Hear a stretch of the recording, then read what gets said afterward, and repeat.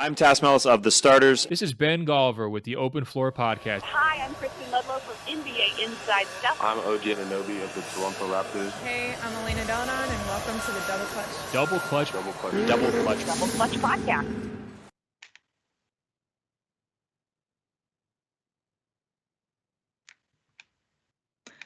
Ladies and gentlemen, boys and girls, non-binary basketball fans of all ages, races, sexualities, and genders, welcome to Double Clutch with me, Hugh Hopkins. I'm the Hoops Nerd, and sitting just across from me, not that way, that way. I can never get that right. It flips the screen on me. I can't handle it. And it's just to the side of me there is Harry Harrison. How are you there, Harry? I'm doing all right, thank you, Hugh. Before you go too deep into it, we must start properly by saying happy birthday, Harry. I can't believe you've decided to join us on your birthday, but a big thanks to you. How are you doing, sir? How's your day been? It's been good. I've been gifted a pair of Jordan 1s, my first ever pair of Jordan Fire emojis. by my wonderful girlfriend today. And you know, if that's not confirmation of the need to wife it up, I don't know what is. She's definitely a keeper. Good work. Good work, Harry's girlfriend. What's her name? Do you want to give her a shout out? Cara. Go on, Cara. Love you, babe. Well done, Cara. We all love you. Good decision.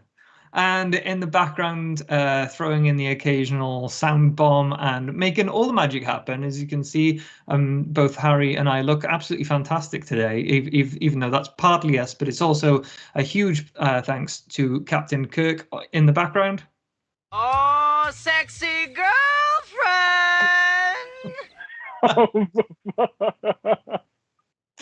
Thank you very much, Kirk. Good to hear from you.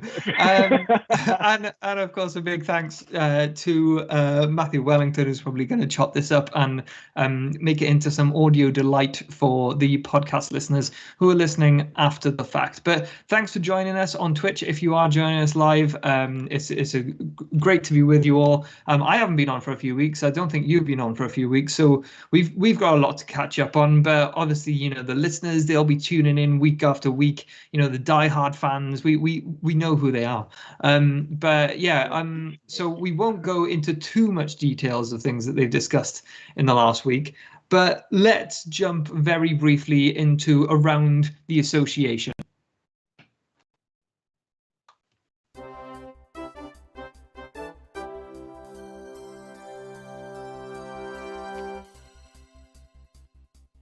So, the world of basketball has been pretty much on fire for the past few weeks because, you know, we went from having the NBA finals and, of course, you know, the WNBA was gearing up to be a fantastic season. But both of those have come to an end now, or certainly the WNBA is on hiatus while the Olympics is going on. And it has been probably the best Olympic basketball tournament in my lifetime for both the men and the women, because the USA, men and women, are vulnerable, the men more than the women, to be perfectly honest. We've seen the introduction of 3x3 basketball, which has been one of the true highlights of this summer so far, and it's great to see that attracting so many more eyeballs. But you've got other teams like Australia on the men's side and Spain on the men's side. You've got Luka Doncic dragging Slovenia to be this powerhouse, taking them onto the next tier of international basketball. On the women's side, we've seen some great play from Spain, from France, from Australia as well. And that tournament is really gearing up. 3x3 has been this, you know, this amazing tournament. The USA didn't even qualify for that in the men's side. On the women's side, they lost one of their games to the hosts, I believe it was, to Japan. So it all looked a little bit worrying, but they did manage to then run the rest of the table and take the gold medal. But on the men's side, everyone sort of thought that it was going to go to one of those European powerhouses because Europe really loves that 3x3 basketball discipline. It ended up going to Latvia, the gold medal. So congratulations to them. Congratulations to the USA women. But now we are down to the quarterfinals stage. and I'll jump into that into just a second. But in the background to all this, of course, the NBA is also sort of kicking up again a little bit because we've got free agency. We had the draft a couple of nights ago, and there's been rumors. There's been people opting out that you thought were going to opt in, people opting in that you thought were going to opt out. It's been a crazy couple of weeks. So let's get back into the show then. Let's get into the zone. There's your teaser for what we're going to be talking about on today's show. But let's start first. The basketball that's actually being played at the moment. I know you've been in university. You haven't necessarily had much access to Eurosport HD6, which I think is the official basketball channel on Sky. For those of us who are lucky enough to have Sky. I'm not sure where it is on Virgin Media or whatever. But have you managed to catch any of the Olympics this year, Harry? What's it been like for you? Well, obviously not being able to. Well, the BBC's license is restricted this year, so they've been focusing on medalists and events GB are likely to win medals in. I watched lots of the triathlon, for example, but basketball not so much. I managed to catch the men's and women's 3x3 finals on Red Button Replay on the BBC. Because I wasn't planning on forking out for Discovery Plus to watch the basketball live. So I managed to watch the Red Button Replay of that. And first thing I want to say is Kelsey Plum is a hooper. Like, not just a basketball player, she's a hooper. Absolutely. I may have to jump ship from being a Lynx fan to an Aces fan just because of Kelsey Plum. I absolutely love her. What a star. She did absolutely fantastic. The whole USA team has played really well, to be fair. They did have that little bump and hump in the road against Japan, which I think was a shock to a lot of us, to be fair. But what a run, and they've played fantastically as well. And as much as a game can really change quite quickly in 3x3, I don't feel like that final was really up for debate who was going to win that once it got started, because they came out of the gates in that final fantastically. So yeah, Kelsey Plum and USA did fantastically in 3-on-3. But obviously, other than that, in our regular basketball, I suppose you could call it. As you've said already around the association, Doncic has been. On my research, I'd used some expletives, but I guess just doing really, really well. To really elevate Slovenia's game. They've been fantastic. But in the women's, I think my main thing is I think the US aren't necessarily taking advantage of some of the players that they should be, which I guess is kind of controversial. We can maybe come on to that later. I don't know when we're kind of supposed to come on to that, but I've kind of dive into it. Go for it. Well, the main one for me, and I guess I could be biased being a Minnesota Lynx fan, and no, because I've had the question asked before, there is no family affiliation to Minnesota. I just happen to be a fan of both the teams in Minnesota. That's okay. But I think there needs to be some respect put on Nafisha Collier's name. Okay. She's played in one of the first 3 games that they've played, and I just think it's absolutely unacceptable. She's a future star, the rookie of the year, WNBA rookie of the year, maybe last season or the year before, sorry. And this season, on a resurgent Lynx, might I add. The Lynx were absolutely shocking at the start of the WNBA season. It was very frustrating, but they've absolutely been on a tear, and I think they're up at the 4th seed now at the hiatus, I think. In the league, actually, it's 4th seed in the league, maybe. And she's averaging 17.3 points per game, just for one thing. I know she's still, Sylvia Falls is also another Lynx that's doing really, really well, but I think Fee Collier needs to be utilised by this USA team because she's outstanding, and I think she just brings so much on the offensive end, which Team USA obviously aren't struggling with because they have some incredible players on that end. But I think she just brings so much that it's ridiculous that she hasn't been utilised more, and I think it'd be making their run a hell of a lot easier if they did. I think it's very going back to what you're saying. I can't believe we're diving into WNBA this early. This is a dream come true for me. But going back to what you're saying right at the start of the season, I think I believe Nafisi Collier joined the team slightly late from her European team. For those of you that don't know, a lot of WNBA players, because the season takes place in the summer, a lot of players then go overseas to Europe, to China, to South America, to make a bit more money during the year. So it's great to see the Lynx have turned it around, and I'm with you. She is a star right now. I think there's a lot of deference being paid to some of the I'm going to say more experienced players on Team USA. You've got Diana Taurasi and Sue Bird, who are both going for their fifth gold medal, consecutive gold medal. They would be the first basketball players ever in the history of the Olympics to win 5 gold medals if they do succeed this year. But they have had a few scary moments. Prior to the Olympics, they played Nigeria, and I think it was Australia. It was the same sort of tournament as the men's exhibition, and they did face quite a few challenges. They lost a couple of the exhibition games. And they did have they've played some bloody good teams since they've arrived at the Olympics. Obviously, that being said, they have qualified. They are still considered the number 1 seed in the world. And the women's Olympic quarterfinals were released earlier today, and it breaks down like this. So in the quarterfinals, it will be USA versus Australia, Serbia versus China.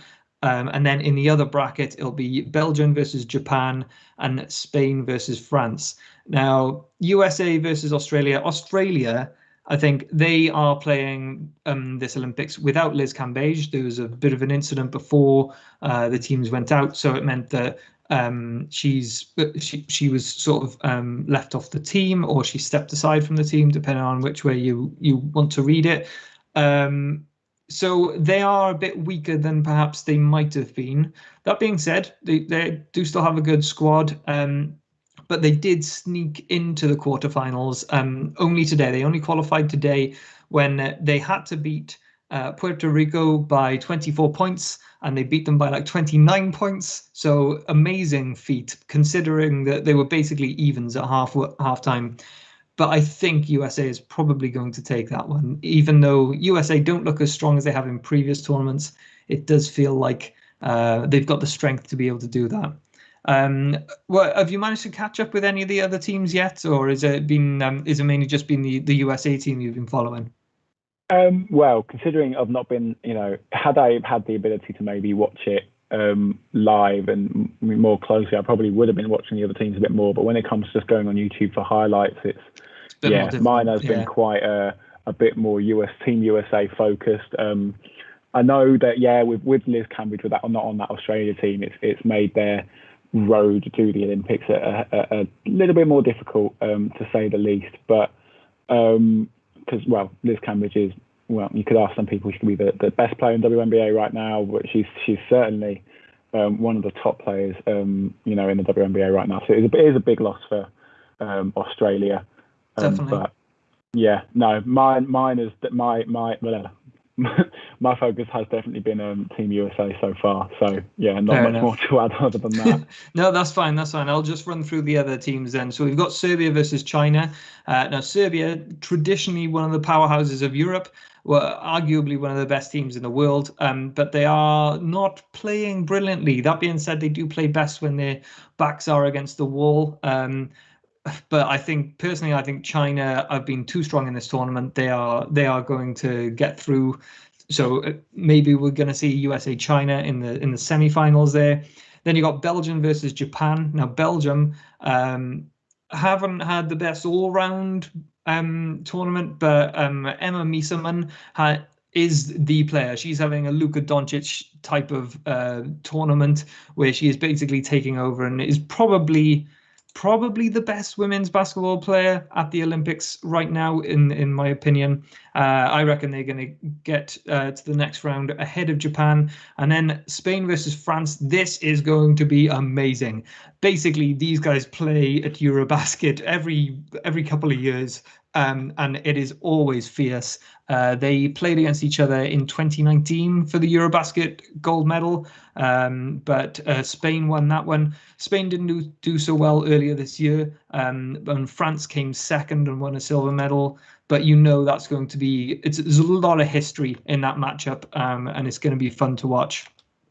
Going back to what we were saying before with the women's 3x3 tournament, I noticed Kirk had a couple of the highlights up just then. It was really great to see so many different players that you don't typically see. And it was an absolute shame for... I just want to give a shout out to Katie Lou Samuelson of Team USA. She essentially played in all the qualifying games and got USA to the Olympics, but tested, I don't know whether she tested positive with COVID or she was just in close contact with someone who had it. But unfortunately, it meant that at last minute she had to withdraw, and ultimately Jackie Young took her place. But Jackie Young did fantastically well. And also Alicia Gray. Alicia Gray, for me, even though Kelsey Plum was the big scorer, Alicia Gray was everywhere. She was the defensive. She was always playing the best offensive player on the other side, and she was always grabbing rebounds. And to me, she was the MVP of that team. Now then, moving on to the men's side. God, there's so much to cover. The 3x3, that was a great tournament as well. Latvia ended up winning it, as we said. But also the stage has been set for the quarterfinals of the men's 5-on-5 as well. So we've got China versus Serbia, Australia versus USA. That will be interesting. Japan versus Belgium, and Spain versus France again. Have I read that one out right? That seems to be exactly the same one. No, it's they're just very similar. So no, I think that might be wrong. I think I've read that out wrong. Apologies. Hold on, I'm going to need to... Oh, this is not good. I was going to say... We'll go to commercial break. Yeah.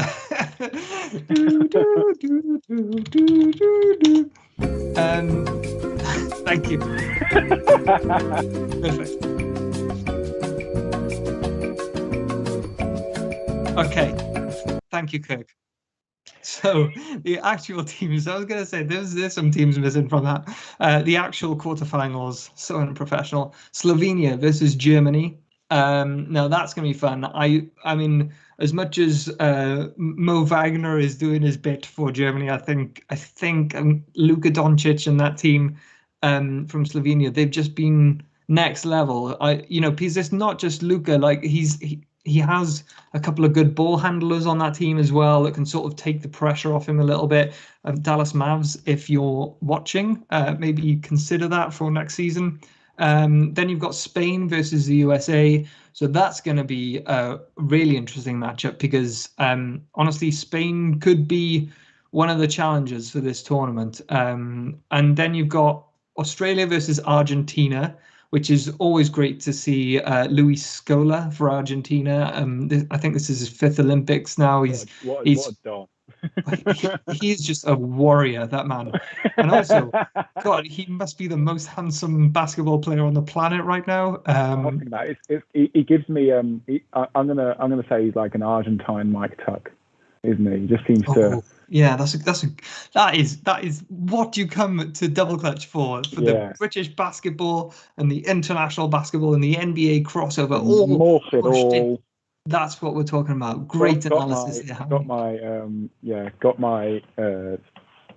not annual episode, recurring Mike Tuck reference in there today. I'm quite pleased. Good work. And then the final quarterfinal is Italy versus France. Now that should be a walkover for France, but Italy have been playing pretty well, to be honest. So this is going to be a very interesting remainder of the tournament. If you can watch it, I know some people have been a bit confused as to where they can watch Olympic basketball. If you've got television, whether it's Sky or I know Virgin Media have it as well, I think, but access to Eurosport, then you will have Eurosport 6, and you can watch Olympic basketball on that. So who have you got then coming, sort of crowning the? I know you haven't managed to watch all of it, but do you? I think USA are probably still the favourites, I reckon. But do you see them actually pulling it out, or do you think there's too much motivation for some of these other teams? I'm not sure. Like the US team have, men's team obviously more specifically, have had a few bumps in the road, a few disappointing results, underperforming results. But I still think in terms of the quality, they're the number one team still. It's just they just got to hope it doesn't fall apart to Nigeria again or something. You know what I mean? As long as they don't do that, they should feel quite confident they can go and get a gold. Spain are always in the mix for a medal. I don't, as I say, I've not really been watching it too much, but based off history, they've always kind of been there for the time being. But again, I'm still taking Team USA. I think I'm not going to say anything crazy for this one.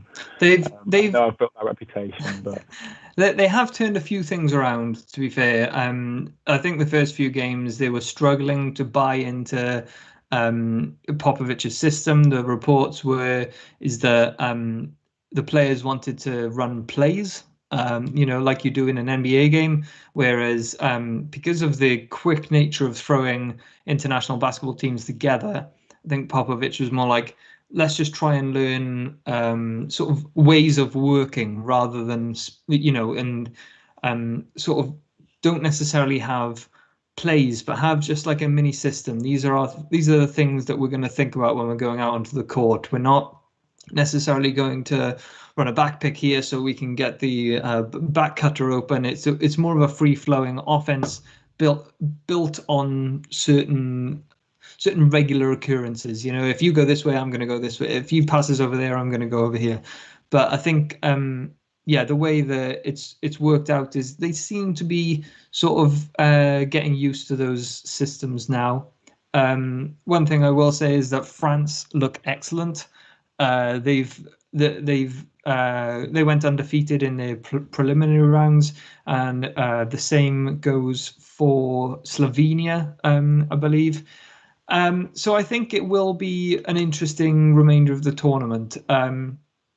Honestly, I don't know who's going to come out of it. I think Spain versus USA is going to be a great matchup because you've got all these old veteran NBA heads as well. You've got Ricky Rubio, you've got Marc Gasol, you've also got Pau Gasol still hanging in there somehow. But he's playing really well. You got Rudy Fernandez kicking about in there somewhere. Sergio Llull, who's I think might have a bit of NBA experience, but all of these players can play up to the USA level. And given their experience and the fact that this is probably the last run for Pau Gasol, definitely, and maybe Marc Gasol, this might be the year they really want to knuckle down and shoot for that gold medal. Something that I don't believe Pau Gasol has ever done is an Olympic gold. So it should be an interesting tournament. But moving on to, we spoke about 3x3 a little bit. We were hoping to get Martin Dyan on. Unfortunately, he's on his way back from a 3x3 tournament in Exeter, and he's had a few delayed trains. So we will hopefully get him back on in the future. But there have been some great 3x3 tournaments going on around the UK at the moment, the Ball Out 3x3 competition. And also, we've had some recent success where the women's team in the women's British team have actually secured a place at the FIBA Europe Cup in September or October, I believe that is. So make sure you stay tuned to that. And there's also an under-23s tournament going on at the moment. And shout out to GB Basketball Twitter. They're doing a great job at keeping everybody up to date with what's going on that. So if you do find some time in between the Olympics and free agency and all that other rubbish, check out GB Basketball and go support the home nation, as it were. But shall we move on then a little bit to NBA stuff? Because even though the season is finished. We've, of course, in the past few days, we've had the NBA draft, and we have had free agency kickoff earlier today. And there has been a bunch of stuff happening already. So just as a heads up, I'm going to run through the first, 10 or maybe 11 or maybe 12, simply because that includes the San Antonio Spurs, the draft picks. So we have the Pistons selected Cade Cunningham, Rockets drafted Jalen Green, Cavaliers took Evan Mobley, Raptors took Scotty Barnes, Magic took Jalen Suggs, Thunder drafted Josh Giddey, who I believe is the Aussie. Is that right? Yes. Yeah. And then at Warriors drafted Jonathan Kuminga. Magic took, I spoke about Mo Wagner earlier. His brother, Franz Wagner, was selected by the Magic. You got the Kings selecting Davion Mitchell. Apologies if I haven't pronounced that correctly. Then you got Pelicans taking Zaire Williams, Hornets drafting James Bouknight, and Spurs with Josh Primo. So that's as far as we're going, because I'm obviously going to insult some people by mispronouncing their names. Apologies. But yeah, who do you like out of that top group so far? Who are the players that have were drafted and you were like, yes, that's the name I wanted to see in this position? Well, I think the interesting thing about this draft class is the quality, and obviously we mentioned this before the show, Hugh, but it's just not quite had the same sort of hype as last year yet. The last year's draft class actually turned out to be pretty good, but in terms of the talent and the depth of talent in this draft class, it's much better than last year's. The top three guys in that order. Do you think it's not being spoken about because of everything else that's going on with the Olympics and that sort of stuff? Everybody's focus is elsewhere, maybe? Yeah, I mean, that's the only thing I can really think of that's happening that people are finding more interesting, because the finals was fantastic, and that's finished, so people need to find something else to go on to. So, the Olympics, I guess, is the first shout, and now the draft has happened, but I don't feel like it was maybe being talked about quite enough. But all those guys that went in the top three would have been consensus number one picks in any other draft class. In any draft class, they're fantastic. Three fantastic prospects. Hold on. I've got to push back a little bit. They weren't going to be consensus number one picks in Zion's draft class or in LeBron's draft class or Tim Duncan's draft class. So temper that a bit. Where are they? Like, who do you compare it to another player who's in their draft year? Okay, so don't get me wrong, nobody's got the hype of, say, a once-in-a-generation type player, as we've seen with LeBron James, Ben Simmons when he was drafted, and Zion Williamson more recently. But I think it's fairly safe to say that any of those three guys in those drafts, if they were in those three draft classes, would have been a number two pick, the clear number two pick, maybe. I think all of them are phenomenal players. Cade Cunningham, for me, I had a couple of names down as being like my favourite pick of the lot. Cade Cunningham going number one was my first one, because he is a terrific on-ball player. He brings a good bit of hustle defensively as well. Ready to make an impact, and it's going to be a dominant ball handler and point guard that the Pistons have, quite frankly, needed for some years now, and he's going to do a great job there. Jalen Green is almost the ball handler, creates his own shot sort of thing. I suppose you could say that they haven't really had since maybe James Harden. Not quite at that level, of course, yet. He may never reach that level. We'll have to wait and see. But he's definitely got the potential to have a really, really high ceiling in the league and be a real offensive force. And then Evan Mobley, the number 3 to the Cavs, I believe, is your ideal modern big man. Really agile, can move his feet, can shoot the ball from outside at a decent rate, and can protect the rim too. So they're all kind of ideal prototypes of the positions that they play in the modern NBA at this point, and they're all quality. I think my favourite pick of the lot, though, and I know there's a few Magic fans in the NBA and UK community, but Jalen Suggs slipping all the way to, I think, what was it, 6 or 7 he maybe fell to? But 5. So, Five, yeah. okay. Yeah. Well, either way, falling to 5 for Jalen Suggs was maybe a bit further than people were expecting, and that's a great pickup for the Magic. I think just because of where, falling to the Magic, I think he could be in the conversation for Rookie of the Year come the end of the season, because a really great player, Jalen Suggs, and it's a great pickup for the Magic, who as much as they're kind of loaded on young guards at the minute, like Cole Anthony, Markelle Fultz, I think they still needed somebody that's got quality potential. No, that's a bit unfair. Cole Anthony's got potential to be good and stuff like that, but to be a star in the guard. But they also drafted Franz Wagner, and did. that's another guard. He might be like a sort of shooting guard, small forward, but I think he's still in that mold, isn't he, of a perimeter player? Like, that seems a lot. Franz Wagner will play a very, very different role to any of the guys that are on there. Franz Wagner is an elite defender. So is Jalen Suggs. They brought in 2 quality defensive draft picks there. That's really, really going to help them, and it's going to build what will be such a solid defensive core, still with the likes of Mo Bamba and Jonathan Isaac on that team. Defensively in the future, that young core could be a real pain to score on. But I think the Magic are my best team. They've had the best draft night in terms of their pick selection from that, just because of those players they've managed to pick up. They're such quality players for where they were picking. And I think they'll both do wonders for the Magic, and it's going to really help them build a solid team. Okay. So tell me then, because I'm such a Spurs fan, how good is Josh Primo? When should I order his jersey, now or on draft or on the first night of the season? I would hold on the Josh Primo jersey just yet, Hugh. It's not necessarily a bad pick, but 12 was a hell of a lot earlier than he was projected to go.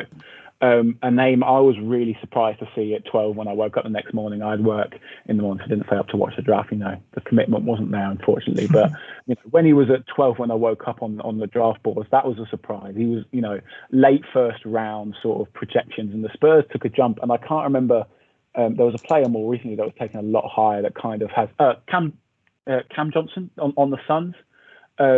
Last year. Was it last year? It was the same year as Kobe White, wasn't it? 2 years ago. 2 years ago. 2 years ago, yeah. Yeah.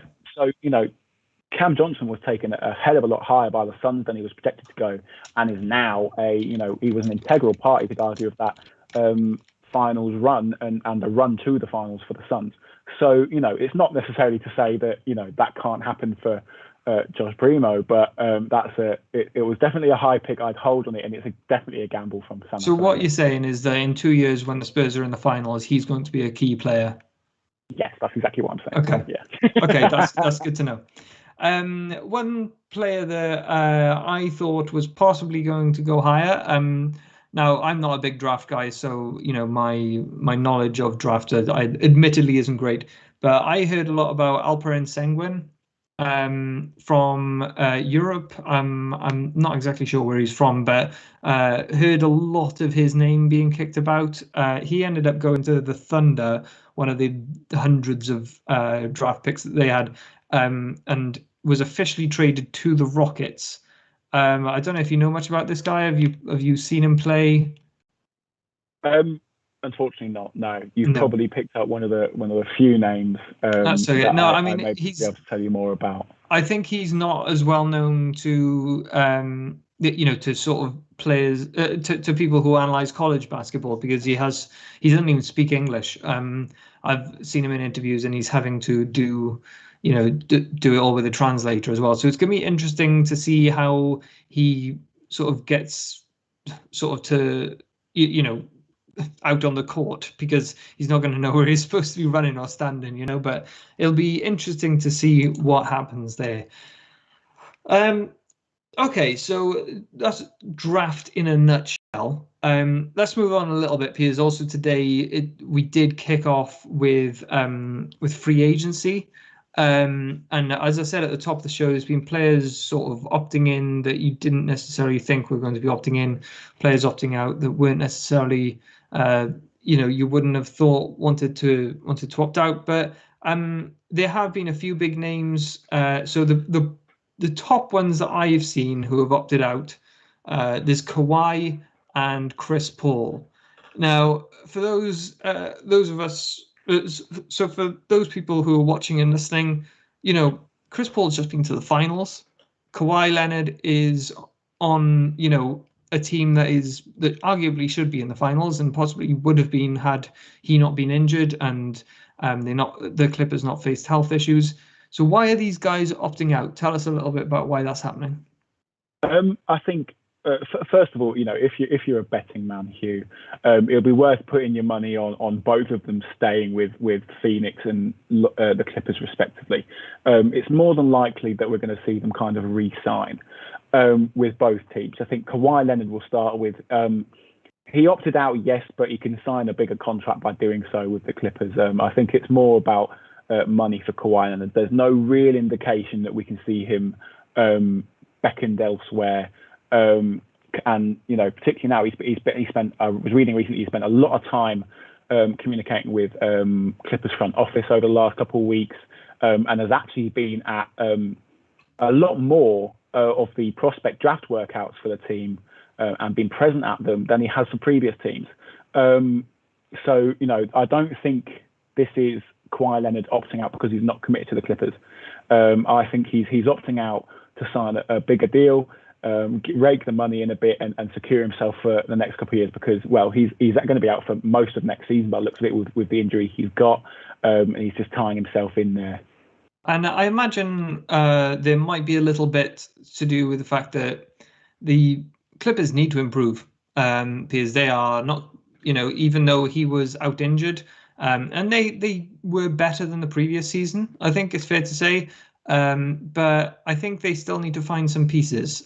So often players hold out a little bit longer to allow the team to sort of sign some others to see how their contract can fit. Ultimately, if he signs a 4-year contract with the Clippers today, or if he signs it in 2 weeks once they've signed a few people, they'll make the money work. So he will receive. I'm just pulling numbers out of thin air, but let's say he signs 4 years, 150 million or something. They'll either front load it, so if they get certain players, or if they don't get certain players, and give him the extra money then, or they can backload it, and it means that he gets more of his money in the latter stages of the contract, so they can find some pieces that can help them win a championship in the next few seasons ultimately. And the same for Chris Paul. Chris Paul, he might not necessarily get the money. I think he technically had 1 year left. He might not necessarily get the money that he was getting. So what's happening there then? Why might he be opting out? I've not read much on the reasons why Chris Paul may be opting out. I think it's maybe just that he can maybe pen a bit of a longer deal, but you can do that anyway. They have to opt out to do that.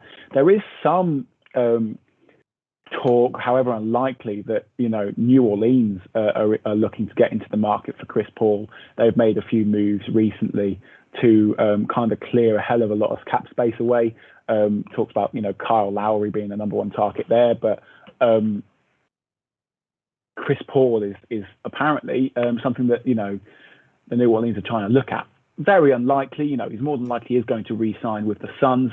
He's got the friendship with Monty Williams and his chemistry with both Devin Booker and James Johnson, the team's GM. It's in an ideal place. It's not far away from LA, where his family is. I was reading in The Athletic recently. So, it's unlikely he's going to go anywhere other than Phoenix. But yeah, in terms of why he's opted out to do this rather than to sign an extension mid-season or something is I don't know. I haven't asked that question actually. I imagine with Chris Paul is that he will earn less money now in this next season, but ultimately he is an aging point guard. Point guards over the age of 30 tend not to do very well anyway. Their bodies break down, and his body has broken down more years than most other players in the league, even at his age. So he would prefer to get a long-term deal. He might end up getting I think he's opting out of like 39 million or something crazy like that. He probably won't get anywhere near that for 1 year, but he will get 3 or 4 years, which means that he's got that guaranteed money for longer. It might be that a team offers him more, but ultimately I think he probably, like, for the reasons that you said, I imagine he probably wants to return to the Suns. There is a bit of talk about the LA Lakers wanting to get him, but there's talk about LA Lakers wanting to get everybody. So let's talk a little bit about some of the names that have been linked. I think Melo, sort of Carmelo Anthony has been linked there. Rudy Gay has been linked there. DeMar DeRozan has been linked there. Who am I missing? Talk us through some of the other names that are going around in these free agency rumors at the moment. Well, it's hard not to think of many people who aren't, linked with LA. Chris Paul has, been linked with LA briefly because, of course, he's got a lot of family in LA. And he was nearly traded if it wasn't for if it wasn't. Veto. What's that? Sorry. For the veto that sent into the Clippers. Yeah. Back in 2012, 2011, I believe that was. Yeah. I think it's it's obviously a place that means a lot to Chris Paul. He spent some years there with the Clippers, but he's got a lot of family there too. So that link was definitely there. The Lakers of course made that blockbuster trade. I guess was it draft night? It might have been draft night. I can't quite remember. But Russell Westbrook is now a Laker. Kyle Kuzma is a Wizard. But whether Kyle Kuzma remains a Wizard is something to be seen, but Russell Westbrook, for one, is, as we can see there now in his Wizards uniform, if you're watching live, is a Los Angeles Laker. But that kind of trade has maybe almost made the possibility that DeMar DeRozan will end up in Los Angeles as part of a sign and trade deal, null and void. That's unlikely to happen now with the Russell Westbrook trade, and I suppose you could say more than likely that DeMar DeRozan will return to the San Antonio Spurs. Whether you like it or not, Hugh. You're going to have DeMar DeRozan for another year, and it looks more than likely. But yeah, there's always links to the Lakers. The year that Kawhi Leonard clipped to the Clippers. There you go. He was linked to the Lakers. People saying, "Oh yeah, he's going to go to the Lakers." You know what I mean? So there's always names linked to the Lakers. You've named a few, but we'll just have to wait and see as to whether they actually materialise or not. So, judging by what they do have, then, of course, they've sort of built a big three, if you will, rather than a big two and the rest of the roster. They've added Russell Westbrook. How do you see that working with LeBron James and with Anthony Davis going forward? I think I don't want to make judgments too quickly, which I know is surprising for me, considering the takes I've had before a lot of the playoffs and the finals. But with Russell Westbrook, I think it doesn't make sense from really their needs kind of standpoint. They've traded away Kentavious Caldwell-Pope to get Russell Westbrook, which Kentavious Caldwell-Pope was one of their better three-point shooters from a team that isn't the most efficient in a way. Don't get me wrong, LeBron James has been improving his shooting ability over the last few years. So has Anthony Davis, but Russell Westbrook still isn't. But I think if LeBron James is your best three-point shooter, that's not necessarily a good thing. No, it's not a good thing. In terms of the modern NBA, the Lakers aren't exactly, following the trend at this point. It doesn't look like of let's load with a bunch of people who can shoot the rock from three. But I guess they're going to just try and run through the opposition over this next season and score layups every possession because, they've got the big three personnel to do so. But it'll be interesting. I'm not entirely confident that it was a great trade, but Russell Westbrook trades and signings are always deemed to be, oh, well, that's a bit dumb by whatever team picked him up. They're always headline news, aren't they? Yeah. We'll have to wait and see on that one. Okay. So we've also got different players that have been kicked about. John Collins, who has received a bit of interest from the Spurs, whether or not that's going to happen, I don't know. These are the restricted free agents, by the way, which means they can receive offers from other teams, but the team that they are currently with can match those offer sheets. I believe I said that correctly. So you've got John Collins, Lonzo Ball. There's a couple of players who can go for sign and trades, and the two of the names which are going to be most interesting to watch is his best friends and former Toronto Raptors teammates, Kyle Lowry, and you've mentioned DeMar DeRozan. It'd be great to see them team up again. You've heard lots of people like Miami trying to get hold of them both. Yeah, we've also seen earlier, just before we came online, Duncan Robinson is apparently preferring to stay with the Heat. So that should be interesting because he's been a crucial cog in them making their finals run a few years ago, or last year now. I think he is elite at what he does in terms of 3-point shooting and being long enough to cause issues on defense. But let's move on then a little bit. We've done a lot of hardcore basketball analysis, for whether it's Olympics or whether it's NBA or WNBA. But let's get into some Knicks silly nonsense. Woohoo! Nothing but Knicks silly nonsense. So for those of you who don't tune in regularly, Nick Whitfield is our resident nonsense creator at Double Clutch. He may seem serious and he may seem like he takes everything seriously, but I promise you there's an insane person up there somewhere. His question for this week, each week he gives us some silly nonsense to talk about. And this week he says, with the Olympics in full flow, it gets me wondering who from the world of basketball would have the potential to do some other Olympic events. My challenge is to pick 3 people from the world of basketball to enter a non-basketball event with the rationale as to why you've picked them for that sport. So let's go one for one. We'll go one each for these 3. Who is your first one, Harry Harrison? Who's your first draft pick? With my first pick in the NBA Olympic competition draft 2021 is for the 100 meters event, the sprint, of course, and I've gone with the Aaron Fox for that one purely, and I feel like that's kind of a very safe bet, probably something that a lot of people, if they were given this kind of question, would come up with. But yeah, the very speedy, the slick as a fox, the Aaron Fox. There you go. For the 100 meters, he can get up and down the basketball court in quite a quick time. So why can't he do the 100 meters as fast as Usain Bolt? There has been an NFL player, I'm not sure of his name, but who's basically challenging Usain Bolt because Usain Bolt is apparently tired and old and washed up, and this other guy has experience running 100 meters. Apologies, I don't know his name off the top of my head, but it's been very interesting watching all that kick off. So my first one, with my first pick, you need to go for star power with your first pick. So I went for Zion Williamson, and I went rowing because he's got that big upper body to really power through, and also he's got legs that can make him elevate like a ballerina. But you need that to be pushing back and forth. So yeah, I think put him in a Cox Piz, and I reckon he'll get gold no matter who you put him with. I like it. No, that was a good one. I haven't really gone for star power with any of mine, really. I've kind of noticed now.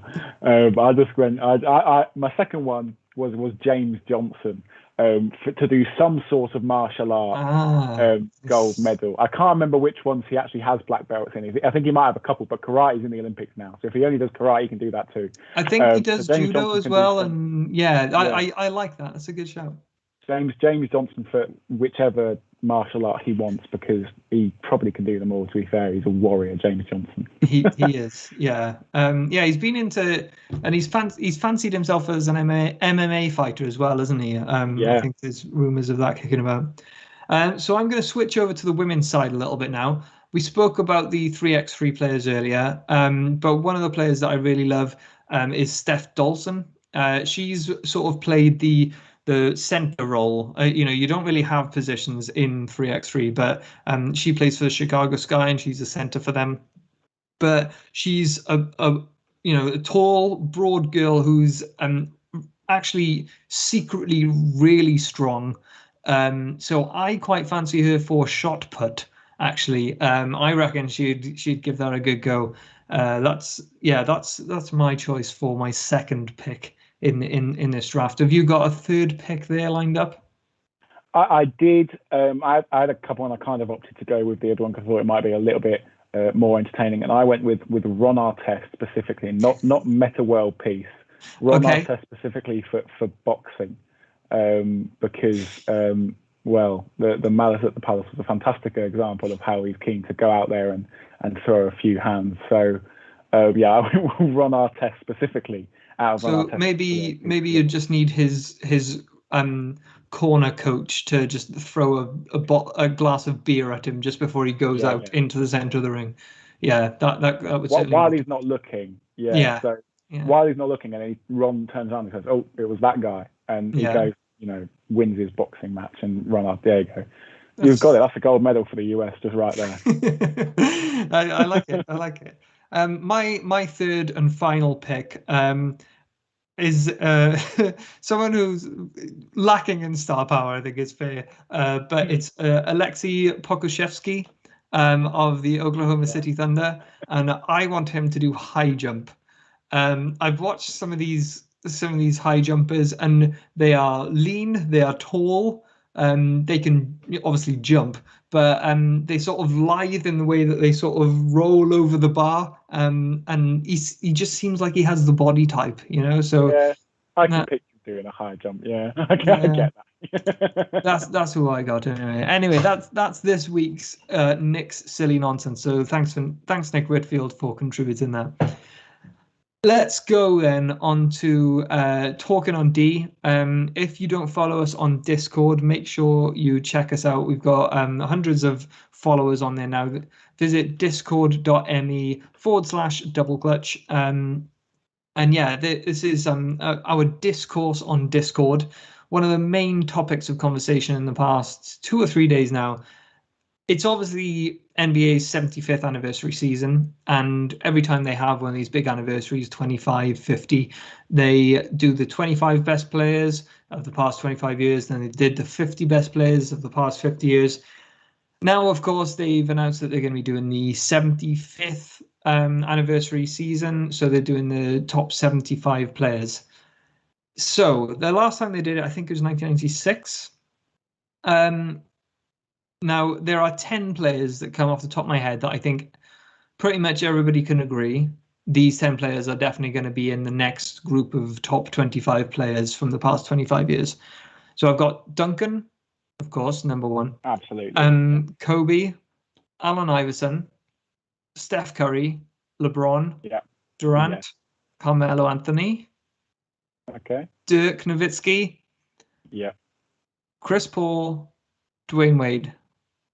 I was waiting for Dwayne Wade. I was about to. So that's the 10. That's the 10. That's 10 of your 15 gone. Are there any in there that you sort of feel no about? I think Kevin Garnett's been a bit robbed there. Okay. Yeah.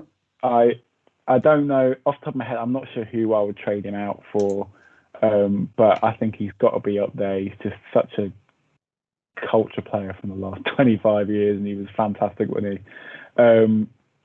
I'd probably switch. I think I'd switch out Carmelo Anthony for Kevin Garnett. Maybe a little bit controversial, but Carmelo Anthony for Kevin Garnett in that list, and you've got me sold. No, I'm not mad. I'm not mad at swapping in Kevin Garnett for Melo, but let's say then that Melo is 11, right? Okay. Yeah. Let's go with that. Who else? Who else? Let's fill out the next couple of spots then. Who else should be considered for, let's say, the top 15 of the next 25? Steve Nash. I like that. Yeah. Steve Nash. I'm a big Steve Nash fan. I love a traditional point guard. All these point guards that just shoot and score. You can go back to wherever hole you came out of. We want the traditional point guards that pass the rock and make everyone else better. We want Chris Pauls and Steve Nashes. That's what we want. So you've got two-time MVP Steve Nash, but he never went to the finals. There is another point guard that led a team to consecutive finals appearances, Jason Kidd. He eventually won one with the Dallas Mavericks. Would you consider him up there as well? In the top 25, I guess. Yeah, top 25. Yeah, you can have Jason Kidd in there. Why not? No, of course you can. He's a champion. He's an all-star, he wasn't he? So yeah, of course, and he's got a lot of assists throughout his career, which again we love to see. We love a point guard that throws out assists. Okay. So a couple of others I'm just going to throw out there to you. Personally, Pau Gasol I have up there. Okay. Also, I think on the bubble, Chris Bosh. Yeah, that's a good. Again on the bubble, Dwight Howard.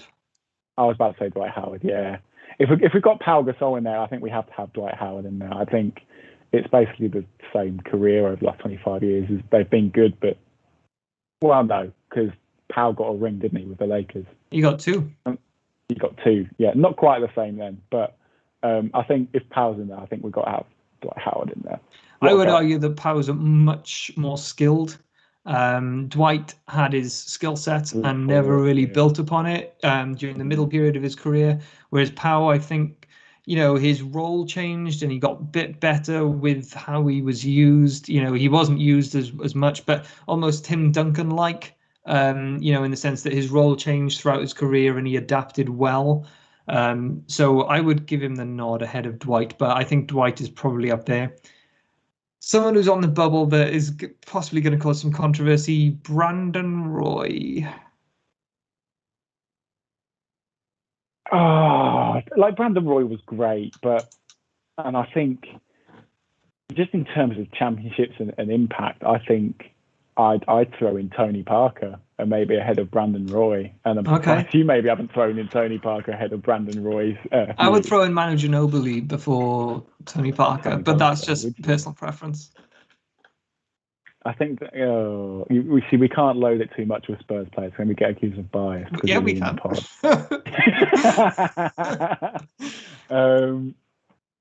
Okay. Yeah.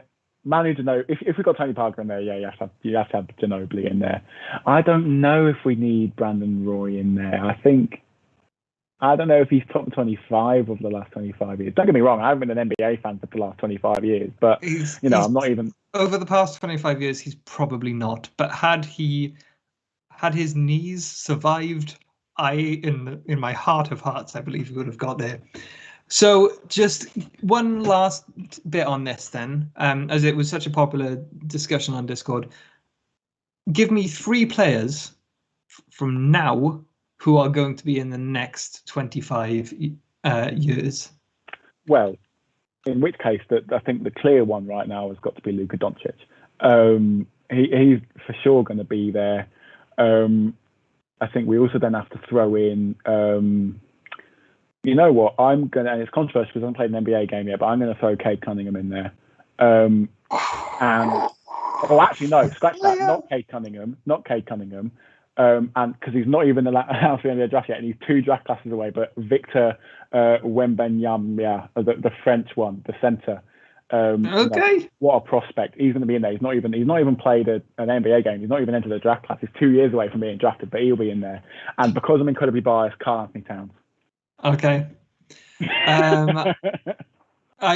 could be. I think he needs a couple of playoffs appearances first, but he's got the talent to.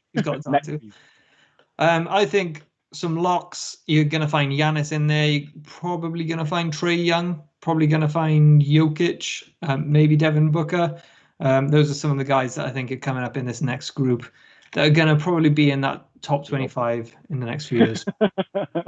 So let's hurry through a couple of questions then. We've had quite a few questions. We gave a shout out only like an hour before the show started and we had plenty of questions come in. So shout out to everybody who wanted to get involved in the show. First one is Tom Hall, occasional host on this show.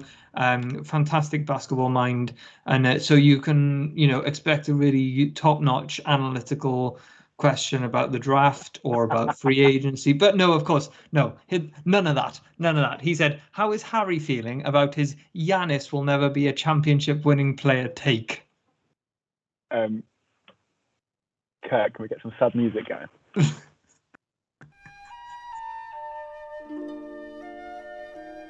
I'd like to apologise to the Giannis Antetokounmpo fans out there. No, I'm a big boy. I can admit when I was wrong. Giannis is a champion now, and I take back what I said. He's a superstar. Thank you. Yeah, I think when you don't. Chris Middleton is not a star. I stick by it. Chris Middleton is not a star because that's going to come up later, and I stick by it. I think it is going to come up later because you're taking some heat in the Discord chat. I'm not going to lie. Who was it? I think Richard Hunt called you the Skip Bayless of Double Clutch. I'm not sure that's a title you want, but that's up to you. Let's think about it. How much does Skip Bayless earn in a year? How much do you earn in a year? That's not the point. We're going to wait a few years. The next question. Career off takes like that.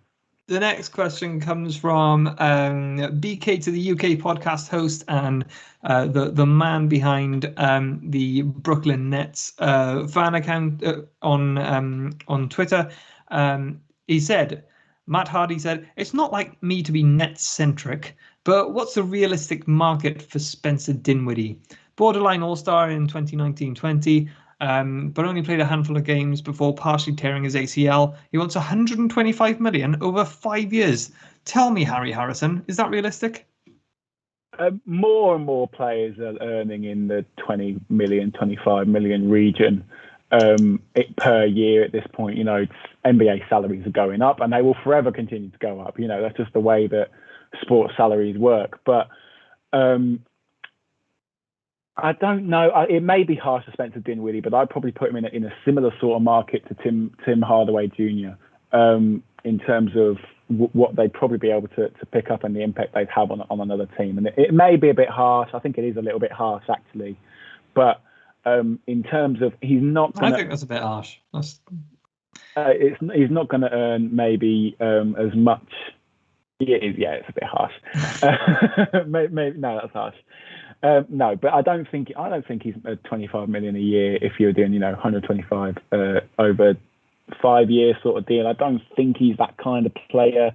I don't think teams would be willing to throw that much money at him for that long. To me, it's the years. He's just torn his ACL. We don't know what he's going to be like when he gets back. And we don't know how easily he's going to injure himself in the future as a result of coming back from this ACL tear. I think he's, based on his play, I would say he's possibly worth 25 million a year for a few years. And before he was injured, he might have been on his way to 25.5. I think if he wants 25 now, he's going to have to accept something like 3 years. But they might say, well, we'll give you 4 years for 20 million or something like that. I think people will be a little. Don't get me wrong. Modern science is much better than it used to be. You would give you'd give certain players like, I don't know, Tracy McGrady, Grant Hill, that type of money, and that was when they were doing surgery with a shovel, and a knife and fork. But 25 years later, it's a bit better, and you can just pop over to Germany and they'll build you a new knee just like that, and it'll work just as good as the old one. So maybe I'm wrong, but I think he might not get 5 years at that number. I'm with you on that. I think the big issue on his maybe what he wants is the number of years. 25 million a year, as I say, is more common now for players of Spencer Dinwiddie's kind of caliber. Because the wages and how much players are getting paid is going up. But I think I'm with you. It's the names. No, the names, the years. The years, yeah.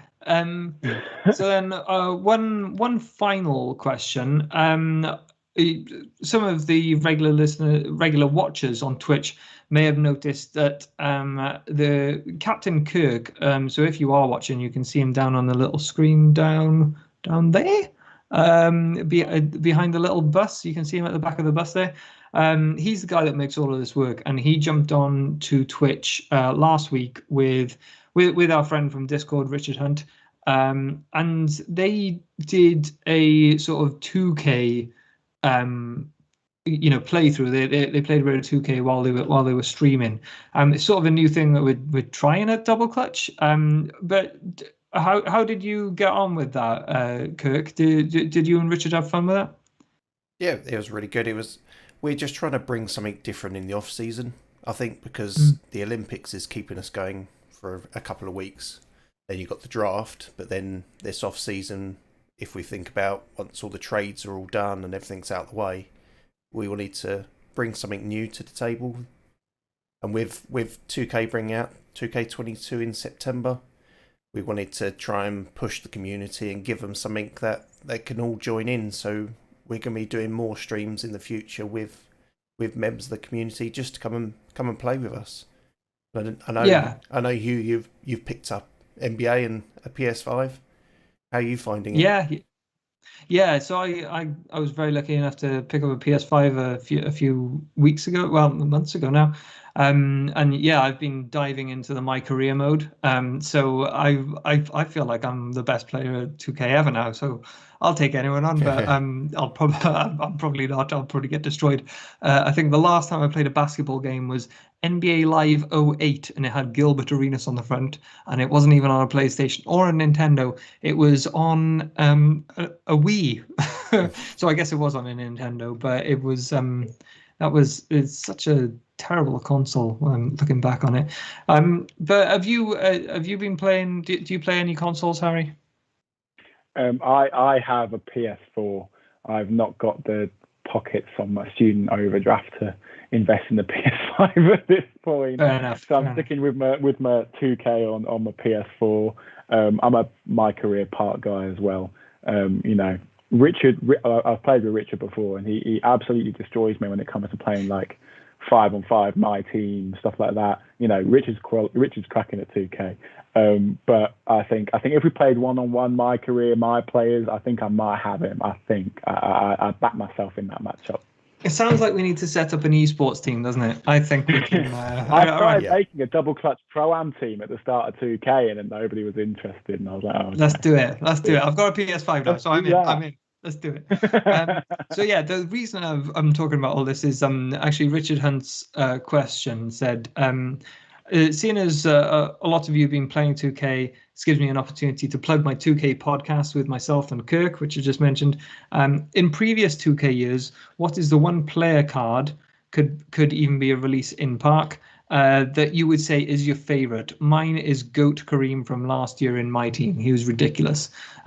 Now, I'm still new sort of to 2K, so I've got a vague understanding of what he's talking about, but I haven't used the cards all that much or my team at this stage.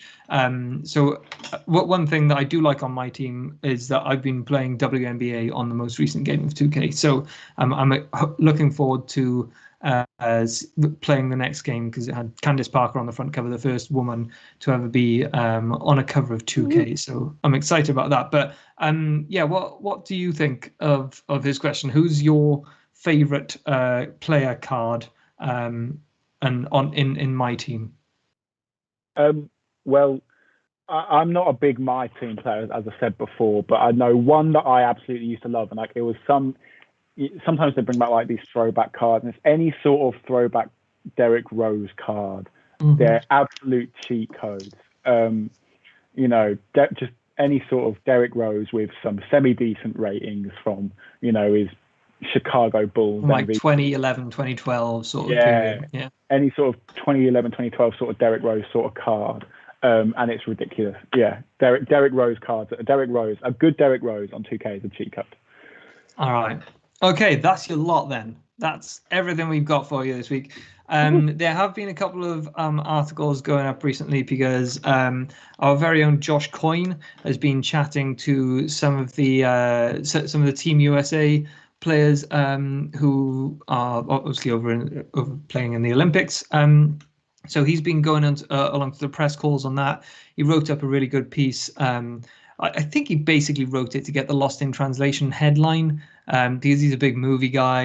It's all about Japan and USA and that sort of stuff. So that's basically why he wrote it. But it's a fantastic article with a good bit of insight from some of the best players in the world. So make sure you go check that out, and also follow him on Twitter as well. He's recently changed his Twitter handle. It used to be Poundcoin. I'll just look it up, see what he is. I think is he still Poundcoin? I think he's still Poundcoin. Isn't he? He's still Poundcoin, but coin spelt with Coyne. So make sure you go check him out, because he's got lots of insight from great players there. And I guess hopefully we'll be doing another. Kirk will be doing another 2K stream in the next few weeks. So make sure you stay tuned to the channel. But otherwise, guys, we will be back. Thanks for sticking around with us. Sorry, I haven't been managing to get to the questions in the actual Twitch stream. I'll be honest, I've forgotten my Twitch login, so I can't actually see the questions without logging into Twitch. But I'll figure that out for next time, and yeah, we'll be back answering more of your live questions. But Harry, happy birthday. Kirk, thanks for running the show as ever. Matt, thanks for editing it up afterwards. For now, I'm Hugh Hopkins. Peace.